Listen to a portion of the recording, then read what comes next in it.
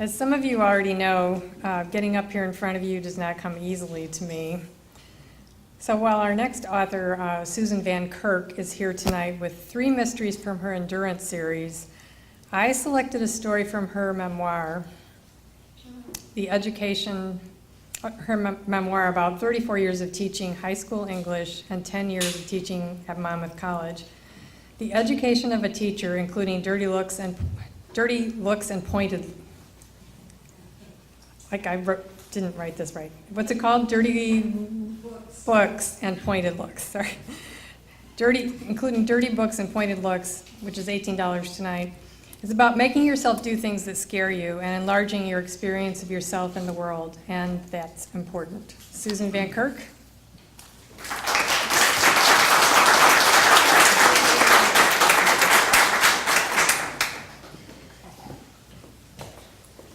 I have to admit that is a tough title. Okay.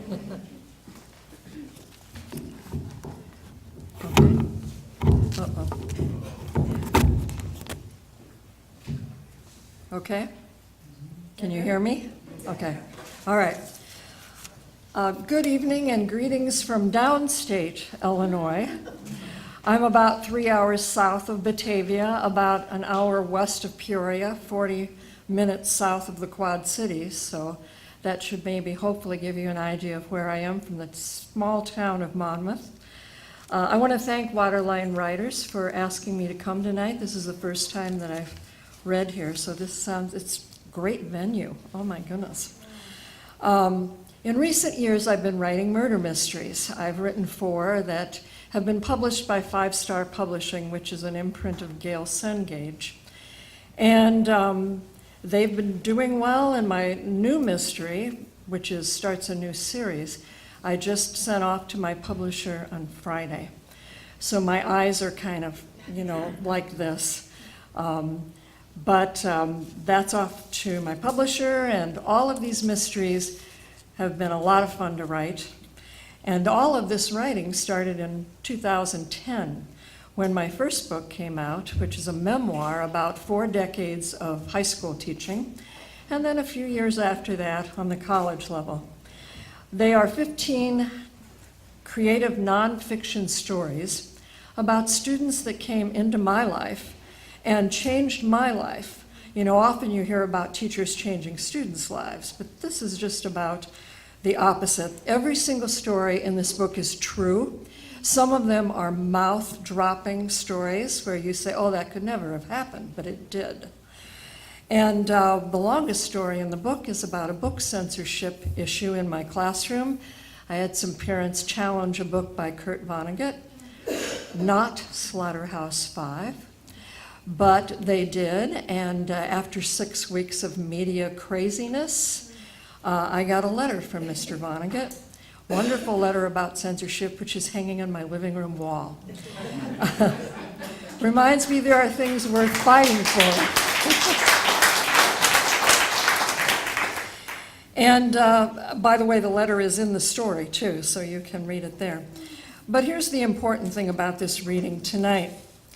When I started teaching, I was 4 years older than my students. When I ended my career in 2011, I was 47 years older than my college students. And that's an important thing to remember when you hear this story.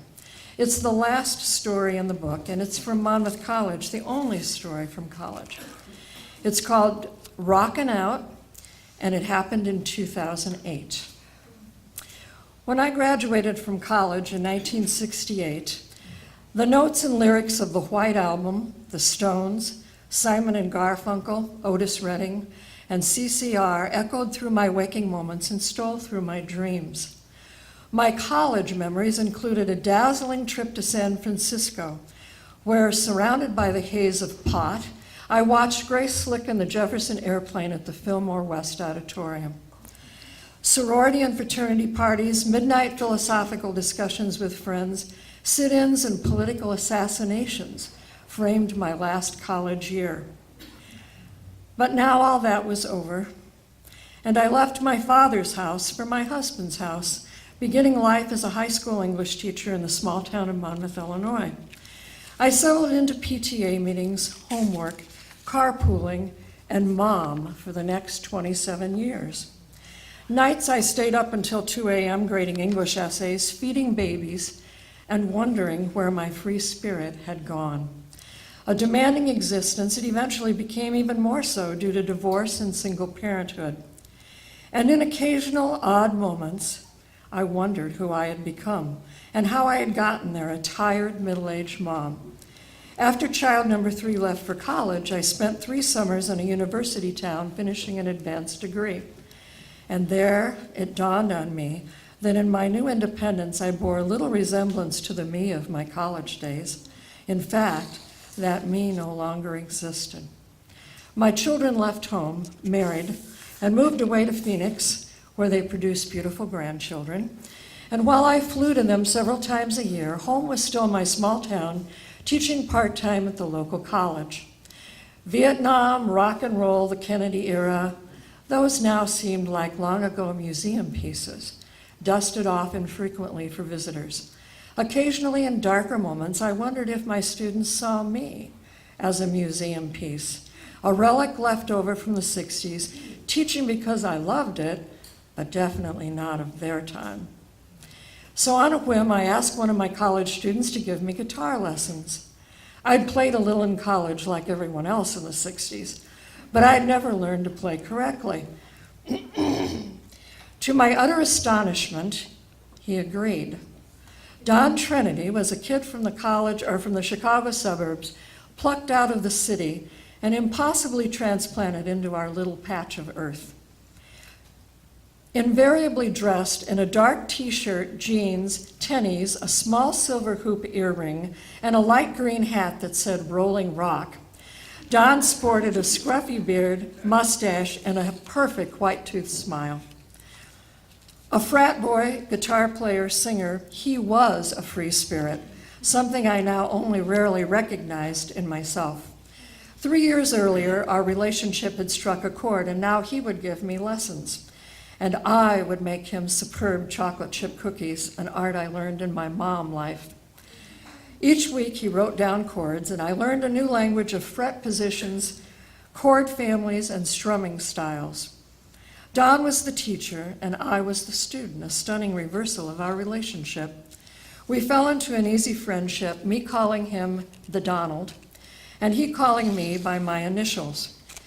But despite his best efforts, I was confident about being a teacher, but I had little self-assurance in my ability to play a guitar. Several months passed with suitable progress, and I was feeling smug. Carnegie Hall was on the horizon. In April, my self-assurance dissolved.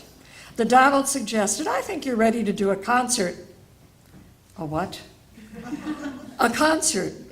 I think you should play a couple of songs with my ZBT band in their annual outdoor Zeebstock concert. I considered that for a good 5 seconds. You know, when my kids were learning to play musical instruments, I had to leave the house because my ears hurt. That's where I am on the guitar. Nonsense, the Donald said. I'll fix you up with some chord progressions. You'll love it. In front of an audience? Well, sure, you'll know a lot of them because they've been in your classes.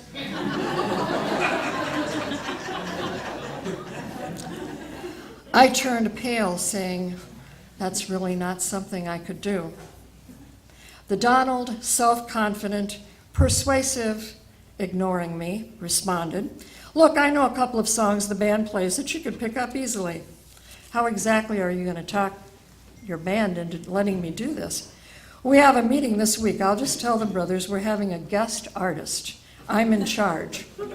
I lifted my eyebrows. Artist? He was not to be deterred. Let's do the chord progressions and we'll see. So we did, and I could. The following week, the Donald decided I should practice once with the guys. Oh, and by the way, you'll need to play my electric guitar. Your what? Electric guitar. No one will be able to hear you on your acoustic with the band on electric instruments. I sighed. I was counting on that. Then realizing what he'd said, you have to be kidding. I've never played an electric guitar in my life. He didn't miss a beat. Oh, the electric is much easier to play than your acoustic. But isn't it hooked to an amplifier? Of course, I was hoping for anonymity. I'm telling you, SBK, you can do this. Come over to the fraternity house Sunday and sit in with the guys, you'll see. I hesitated, but he was adamant. He said he'd meet me at the door at 5 o'clock. The fraternity house. I hadn't been in a fraternity house since 1968, and they were dark and intimidating then. So I went, and sticking my head in the door, I could see this place was still dark and intimidating. We moved through a murky maze of hallways to a shadowy and sinister common room where the band was set up, 4 actual musicians milling around. Their skeptical faces held polite smiles and civility. They knew I'd only had 4 months of lessons, but they seemed amiable. Obviously, the Donald had threatened them.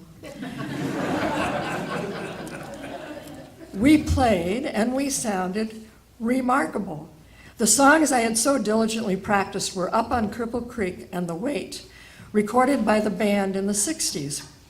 So I mentioned those tracks were laid down when I was 21, and now they were 21, a nice synchronicity. They brightened at my enthusiasm and were probably shocked that I'd even heard of those songs. Age does have some advantages. I can do this. The Donald smiled knowingly and nodded. Thursday night, 7:30. I called my children. Their reactions, like their personalities, were diverse. Mike, the oldest. You're what? You have to be kidding. Then it dawned on him, my mom is playing in a rock and roll band? How did this happen? He's the conservative one. Jennifer, the middle. Really? That's interesting. No, Ginger, get out of the cookies. Okay, Mom, sounds great. Let me know how it goes. She's the multitasker with small children. Steve, the youngest. Fantastic! I'll send you a shirt to wear, and you must get somebody to tape it. This I have to see. The last child, the one that kind of got away from me.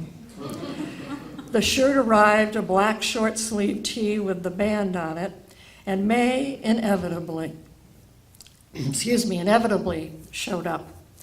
The night of the concert, I had a bizarre schedule.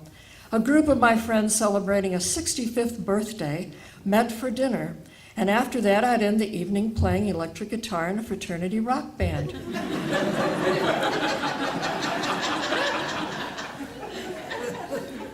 I could see why my children were confused.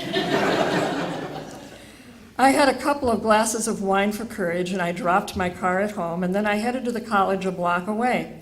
I could hear heavy metal music as I ambled along because even a block away, the amplifiers were thunderous. Students, having heard the rumor of my probable demise, greeted me with amusement, curiosity, and giggles. And when the sky began to threaten with a few sprinkles, I felt vague concern about electrocution. The fatal electric guitar in my hands. Finally, the time for our band came, and I walked up to the platform where the guys were setting up. Picking up Don's guitar, I sat on the edge of the stage, and I could hear my heart thudding furiously in my head, and my wrinkled fingers shook. But the Donald sat down next to me, smiled reassuringly, and played the 7 memorable notes that began Cripple Creek. Then, the Donald, Dan, Perry, Corey, Mo, and I played 2 rock songs from my days. No longer was I the mom, grandmother, me. I was one of the guys in the band, and we sounded amazing. The Donald sat across from me, watching my every move in case he had to call 911.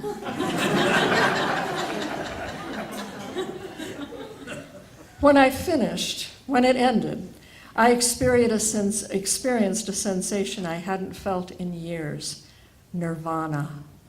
I glanced at the Donald and saw his whole face light up as he laughed, took his guitar back and enveloped me in a bear hug, and I sailed off the stage with new exhilaration, probably brought on by both adrenaline and terror relief. But for those few moments, I soared with the band, and I remembered those days when I was me, a free-spirited 18-year-old living day to day with no thoughts about jobs, marriage, children, or bills. 4 decades fell away, and for just a moment, I remembered the me of me, and it was magnificent.